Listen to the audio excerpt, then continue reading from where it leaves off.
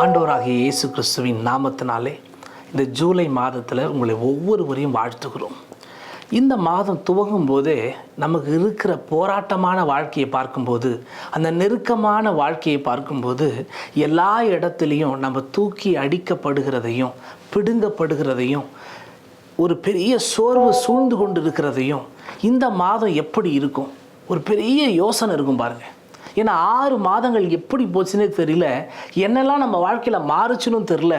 ஆனால் இந்த 7வது மாதம் வேதத்தில் 7 பரிபூரணத்தை குறிக்கிறதா இருக்குது. ஒருவேளை இந்த 6 மாதம் எதுவுமே நடக்கலைன்னா கூட நீங்கள் கவலைப்படாதீங்க. 7வது மாதம் ஒரு பரிபூர்ண அடையாளத்தை உங்கள் வாழ்க்கையில் நிச்சயமாக காண்பிக்குங்க. அதனால தான் நீங்கள் விசுவாசிக்கும்படி ஒரு பலமான வார்த்தையை வைத்திருக்கிறோம். சங்கீத புஸ்தகம் 1ஆம் அதிகாரத்தில் 3வது வசனம் பாருங்க. அவன் நீர்க்கால்வாய்களின் ஓரமாய் நடப்பட்டு தன் காலத்தில் தன் கனியை தந்து இலையுதிராதிருக்கிற மரத்தை போல் இருப்பான். அவன் செய்வதெல்லாம் வாய்க்கும். இன்றைக்கு தேவன் தீர்க்க தரிசனமாக இந்த ஜூலை மாதத்தில் உங்களை பார்த்து சொல்லுகிறார், நீங்க செய்வதெல்லாம் வாய்க்க போகிறது. ஒரு ஆமேன் சொல்லுங்களேன். இலையுதிராது இருக்கிற அந்த மரத்தின் அபிஷேகத்தை உணரவும் பார்க்கவும், அது உங்க வாழ்க்கையில நடக்கிறதையும் நீங்க பார்க்க போறீங்க. இல்ல பாஸ்டர், நான் பிடுங்கப்பட்டு கொண்டே இருக்கிறேன், என் இலையெல்லாம் உதிர்ந்தும் போல இருக்கு, என் தன்னம்பிக்கையெல்லாம் உளுந்துரும் போல இருக்கு, என்னுடைய வாழ்க்கையில ஒவ்வொரு காரியங்களும் உதிர்ந்து உதிர்ந்து உதிர்ந்து அவ்வளவுதான். ஏன்னா ஒரு இடத்துல என்னால் நிலையா இருக்க முடியல, நான் பிடுங்கப்பட்டு கொண்டு இருக்கிறேன். யோசேப்பை மறந்துடாதீங்க. இந்த ஜூலை மாதத்துல தேவன் உங்களுக்கு யோசேப்பை தான் காண்பிக்கிறார்.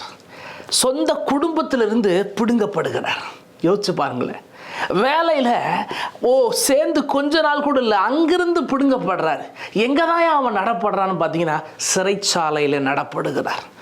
எத்தனை இடத்துல யோசேப்பு பிடுங்கப்பட்டாலும் சகோதரர்கள் எல்லாரும் சேர்ந்து அப்பா இருதயத்திலிருந்தே அவனை பிடுங்கிட்டாங்க. அவ்வளோதான், செத்துட்டான்னு நினச்சிட்டாங்க. யோசிச்சு பாருங்களேன். எல்லா இடத்துலையும் பிடுங்கப்பட்டு இருந்தாலும் ஆண்டவர் அவனுடைய இலை உதிர்ந்து போக பண்ணல. அதாவது அவனுடைய தன்னம்பிக்கை, அவனுடைய விசுவாசம், தேவன் அவன் மேல வைத்திருந்த தரிசனம் எதையுமே கர்த்தர் உதிர்ந்து போகவே இல்லை. ஒரு நாள் வந்தது, அவன் செய்வதெல்லாம் வாய்த்தது. ஒரு ஆமென் சொல்லுங்களேன். கர்த்தர் யோசேப்போடு இருந்தார். அவன் செஞ்ச எல்லாவற்றையும் கர்த்தர் ஆசீர்வதித்தார். இந்த ஜூலை மாதத்தில் இதை பார்த்து கொண்டிருக்கிற ஒவ்வொரு கர்த்தருடைய பிள்ளைகளையும் பார்த்து கர்த்தர் சொல்லுகிறார், ஒருவேளை 6 மாசம் ஒண்ணுமே நடக்காம இருக்கலாங்க, ஆனா இந்த 7வது மாசம் எல்லாம் நடக்க போகிறது. எல்லா தடையும் மாறப்போகிறது.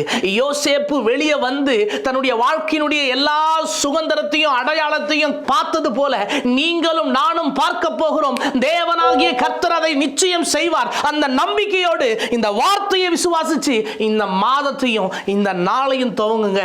இது நிச்சயமா உங்களுக்கானதா இருக்கும். ஜெபிக்கலாமா? வானத்திலும் பூமியிலும் சகல அதிகாரம் படைத்த ஆண்டவரே, நாங்கள் விசுவாசிக்கிறோம் டாடி.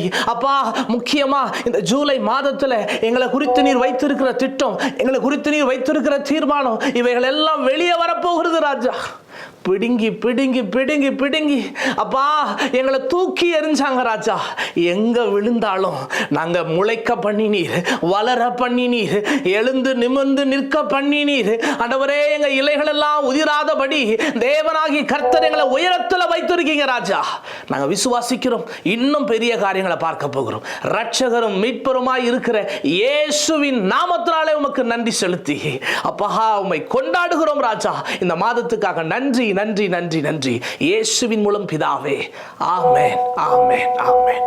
இதை பார்த்து கொண்டிருக்கிற கர்த்தருடைய பிள்ளைங்க, விசுவாசத்தோடு இந்த மாதத்தை முன்னாடி வைங்க. கவலையை விடுங்க. கர்த்தர் எல்லாத்தையும் பார்த்துப்பாரு. நீங்க எத்தனை இடத்துல பிடுங்கப்பட்டிருந்தாலும் பூமியில இருந்து தான் பிடுங்கப்பட்டிருக்கீங்க, அவர் இருதயத்திலிருந்து இல்லை. அதனால பூமிக்கு உங்களுக்கும் சம்பந்தம் இல்லை, வேருக்கும் மண்ணுக்கும் சம்பந்தம் இல்லைனாலும் கர்த்தர் உங்களை வாழ, உங்களை உயர நிச்சயமா வைப்பார். அவர் உங்களோடு தான் இருக்கிறார். அதுபோல ஒவ்வொரு மாதமும் இந்த ஜெபம் ஊழியத்துக்கு, ஜெபம் டிவிக்கு சப்போர்ட் பண்றவங்களை ஒவ்வொருவருக்கும் நான் நன்றி செலுத்துகிறேன். இந்த வார்த்தையும் இந்த சத்தியமும் இந்த வெளிப்பாடும் உங்களுக்கு ஆசீர்வாதமா இருக்கு அப்படின்னா தினமும் ₹1 விதைச்சு இந்த ஊழியத்தை தாங்கலாம். தேவன் உங்களை ஆசீர்வதிப்பார். காட் பிளஸ் யூங்க. கர்த்தர் உங்க கூட இருக்கார். ஆமென். ஜெபம் டிவி ப்ரோகிராம்ஸை உங்க டிவியில பார்க்க மிஸ் பண்ணிட்டீங்களா? ஜெபம் டிவி யூடியூப் சேனலை சப்ஸ்கிரைப் பண்ணுங்க. எல்லா ப்ரோகிராம்ஸையும் யூடியூப்லயே பார்க்கலாம். ப்ளீஸ் சப்ஸ்கிரைப் ஜெபம் டிவி.